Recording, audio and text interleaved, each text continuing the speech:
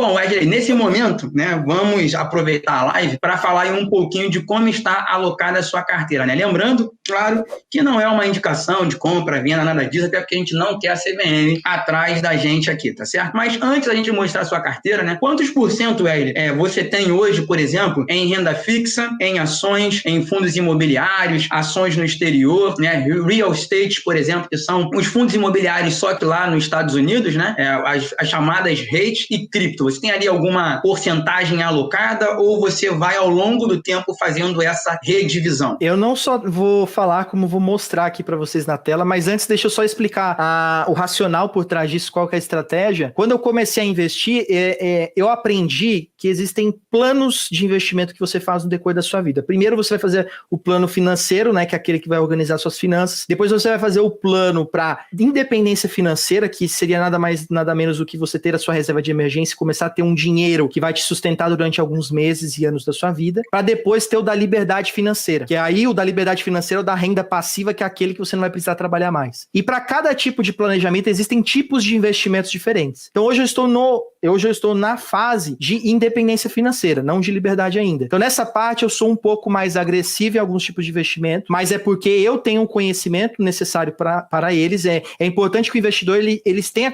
consciência do conhecimento que ele tem no investimento. Quando a minha ação cai, eu sei o que fazer. Se a pessoa não sabe, e eu consigo dormir com 20% de queda, outra pessoa não consegue. Quando eu comecei a investir, eu não conseguia. Se eu perdesse R$10 na bolsa, cara, eu já ficava sem dormir. Teve uma época na minha vida que eu fiz trade, que eu perdia, eu fazia ganhos de R$100 por dia, né? Quando eu perdia R$50 saindo no prejuízo, eu já ia pro trabalho nervoso. Então eu falei, cara, eu preciso mudar o mindset, então eu comecei a estudar mais. Como você muda o mindset? Estudando mais. Então hoje a minha estratégia de investimentos, primeiramente, como eu quero crescer o meu patrimônio, eu preciso primeiramente proteger meu patrimônio. Então eu tenho uma estratégia de antifragilidade. Tem um livro que eu gosto muito, que é do Nassim Taleb, não sei se você conhece, que ele fala muito sobre o cisne negro, tem também arriscando a própria pele, e eu procuro investimentos que eles se comportam bem durante grandes crises, para meu patrimônio não sofrer tanto. Então a minha carteira ela é bem diversificada. Hoje eu não tenho tanta posição em ações no Brasil, eu tenho algumas, mas eu tenho poucas, eu vou mostrar por que eu tenho, e eu tenho mais caixa, eu tenho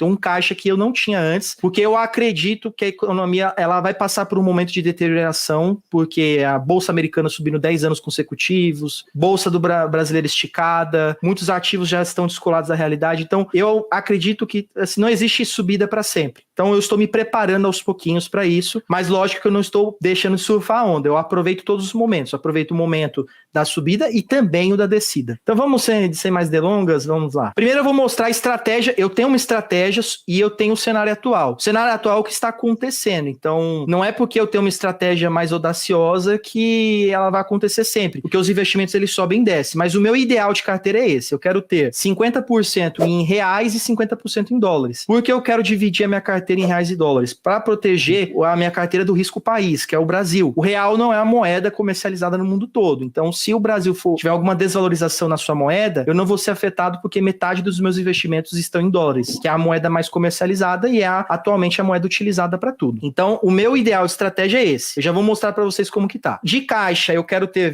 minha estratégia é ter 20% de caixa em reais e 20% em dólares, porque dependendo das movimentações eu não vou precisar ficar fazendo câmbio toda hora, já vou ter separadinho. Imóveis, que aí entre os real estates em dólares eu quero ter 12,5 e 12,5 imóveis aqui no Brasil, ou seja, eu quero ter 25% da minha carteira no mercado imobiliário. Ações, 10% no mercado brasileiro e 10% na Bolsa Americana. Eu gosto de investir em ouro, porque o ouro ele é uma reserva de valor, então ele faz parte da minha estratégia de antifragilidade. Em momentos que a economia está ali em queda, as pessoas estão inseguras com a política do país, ou quando a moeda cai em desuso, as pessoas elas têm tendência a correr a metais preciosos, porque o ouro é a moeda mais antiga do mundo. Tem até uma analogia que o pessoal faz, que se você tivesse uma máquina do tempo e pudesse voltar 1000 anos atrás no tempo, o que você poderia levar hoje, na atualidade, que valeria naquela época? O real, por exemplo, eu acho que se eu voltasse 30 anos atrás, já não teria valor nenhum.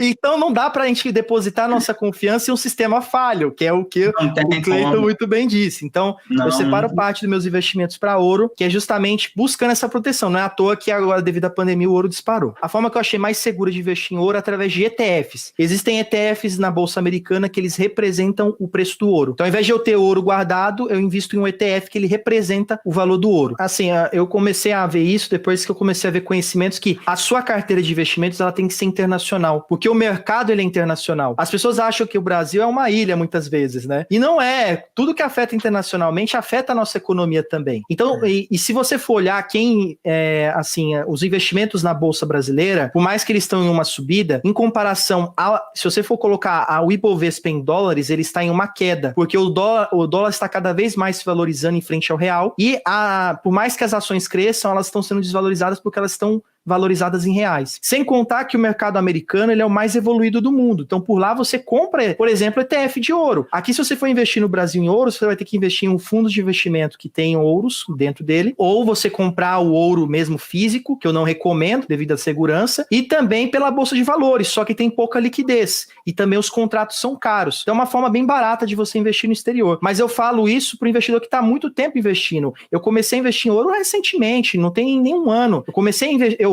Eu falo no meu canal que tem uma escada de investimentos que o grau de conhecimento, a complexidade é maior. Então é interessante a pessoa ir crescendo aos pouquinhos, não precisa ter pressa. Então eu tô mostrando aqui uma estratégia que eu tenho de antifragilidade. No caso, por exemplo, eu percebi que o ouro, quando ele tem muita procura, muitas pessoas não vendem ele e acaba valorizando a prata. Então eu falei, opa, eu preciso também ter prata, porque em um momento de crise do ouro, a prata vai ser valorizada. Então eu começo a ver isso, momentos. Como eu não vivi grandes crises, eu só tenho a história delas, então eu preciso, com o passar do tempo, eu vou entendendo, igual agora nós tivemos os circuit breaks na bolsa recentemente devido à pandemia, eu aprendi uma coisa nova ali. Então a gente vai entendendo como a nossa carteira vai se comportando. Eu falo que a nossa carteira de investimentos é um laboratório que você faz experimentos. Eu tenho uma estratégia, a minha estratégia é essa que está de azul, só que eu não estou seguindo ela no momento porque existem valorizações diferentes e eu não vou conseguir ainda fazer esse rebalanceamento da carteira. Mas toda vez que eu faço um aporte, eu faço olhando a minha estratégia, porque essa é a minha estratégia a longo prazo que eu quero manter por um longo período da minha vida. Então vamos para a parte agora o que está acontecendo. Então, no cenário atual, 80% é em reais e 20% em dólares. Estou chegando.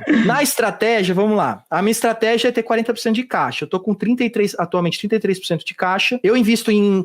outra coisa que eu não mostrei aqui, Bitcoin. Por que eu invisto em Bitcoin? Eu vejo o Bitcoin como também uma reserva de valor. Só que aí vem várias pessoas, mas Bitcoin, existe pirâmide. Eu não invisto em pirâmide de Bitcoin. Eu invisto via corretora, via exchange, que faz a negociação do Bitcoin. Porque eu acredito que o Bitcoin é uma reserva de valor. O Bitcoin, assim como o dólar, ele é uma moeda. Ele é uma moeda digital, não é uma moeda física, mas ele continua sendo uma moeda. E ele é uma moeda de troca. As pessoas compram coisas com Bitcoin. E o Bitcoin, ele já se provou, primeiramente, o Bitcoin, porque ele é antifrágil. Ele nasceu em uma crise. Ele nasceu na crise dos Estados Unidos, crise imobiliária. Ali nasceu o Bitcoin. Então, ele nasceu dentro de uma necessidade do quê? Quando as moedas mundiais se deteriorarem, as moedas digitais serão procuradas. Essa é a nossa tendência futura. O nosso mundo vai ser digital. Então, a moeda digital vai ser a mais utilizada. Então eu acredito muito nisso. Então você vê que a carteira ela tá um pouco diferente, mas ela, como teve muitas subidas e descidas, principalmente o ouro, o Bitcoin teve uma valorização muito grande, acaba deixando em discrepante o cenário atual. Só que eu vou rebalancear. Então como que eu rebalanceio? Então no caso do Bitcoin eu vendo, coloco no bolso. Ouro, vendo, coloco no bolso. E aí o ouro eu posso vender e colocar em dólares, que aí é o meu caixa de dólares que eu quero ter. Então é isso que a gente vai fazendo. Eu não tenho real estate nos Estados Unidos ainda, mas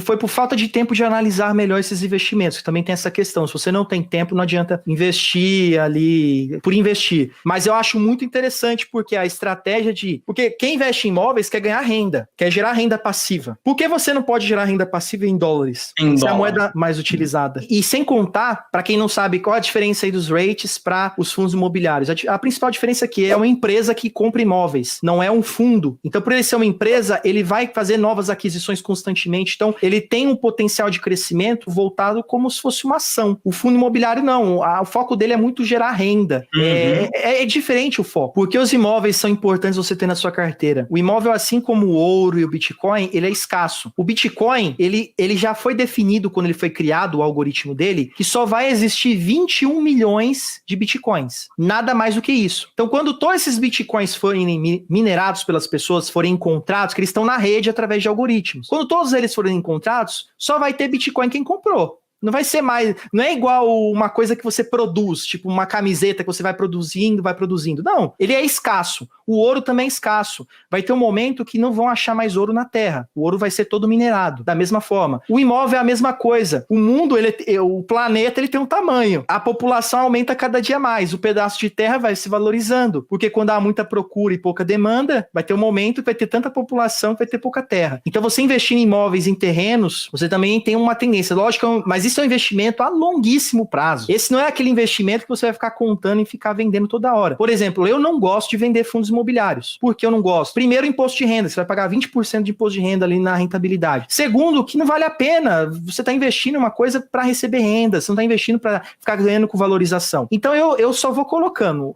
Fundo imobiliário eu só coloco. E eu tenho essa visão também em Bitcoin e ouro muito dessa também. Mas eu vou vender porque eu preciso realmente diversificar a minha carteira. Eu preciso fazer esse rebalanceamento. Mas por mim, eu não venderia. Eu deixaria rolar. Porque eu gosto de deixar lá, porque eu sei que o mercado, ele tem várias variáveis. Por isso que é importante o investidor ele ter um pouquinho de conhecimento base, né? Estudar um pouquinho. Eu sei que é muito chato economia, assim, mas depois que você aprender a investir, vai ser mais interessante olhar. Você vai começar a ver a economia com outros olhos. Vou mostrar aqui a rentabilidade, diversificação, pode ser? Aqui na planilha que eu mostrei para vocês, eu estou dividindo entre real e dólares. Aqui ele já vai fazer a conversão tudo em reais. Então hoje está 19% ações americanas, 14% criptomoedas, 5% em fundos de investimento, 3% em ações e ETFs, porque aqui ele separa os ETFs das ações. Desde quando eu comecei a investir em 2018, que eu invisto antes, né, em CDBs, só que eu não coloquei mais aqui, que eu nem tenho mais eles. Mas os investimentos que eu tenho aqui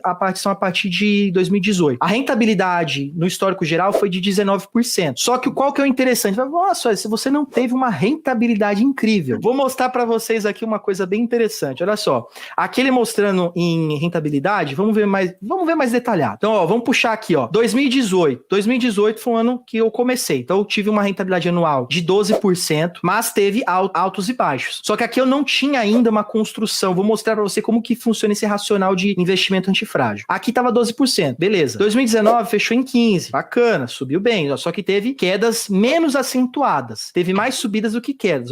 Em maio de 2019 teve 4% de rentabilidade. Junho, 5% de rentabilidade ao mês.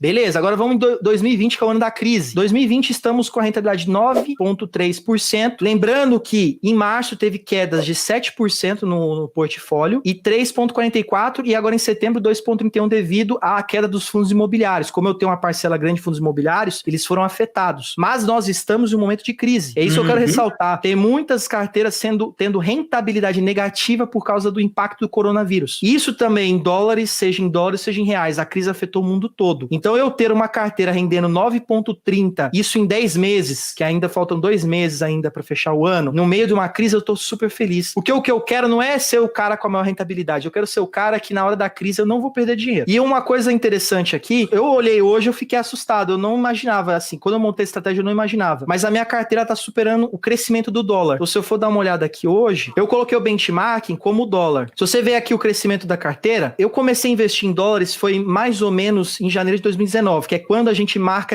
essa subida acentuada. Enquanto eu não investi em dólares, a minha carteira ela estava bem inferior ao crescimento do dólar. Então, se você for ver aqui, ela começou a acompanhar o crescimento até chegar no final aqui no topo que ela superou. Então, hoje ela está superior à rentabilidade do dólar. Isso ao longo prazo. Pode ver que em boa parte do período ela ficou inferior. Então, para vocês terem ideia que não é rentabilidade anual que define carteira, é rentabilidade no longo do período e de acordo com as movimentações. E sem contar, né, Henrique, não sei se você já falou isso no seu canal, mas não é porque eu tô ganhando 19% que eu tô ganhando isso agora. Eu ia ganhar se eu vendesse. Pode ser que mês que vem eu perca tudo isso. Então o Ibovespa tá 80,9% acima do Ibovespa. O crescimento foi bem parecido. Muito tempo abaixo do Ibovespa, depois ele deu salto e aí não foi mais. Isso foi por conta do ouro e do Bitcoin, que ajustou bastante devido a eles estarem já dentro da carteira de dólares, né? Então, é isso. Basicamente, o crescimento... Não vou pôr nem aqui. Se eu colocar o CDI, vai dar um couro no CDI, né? Então, 820% CDI. Tá dando um couro.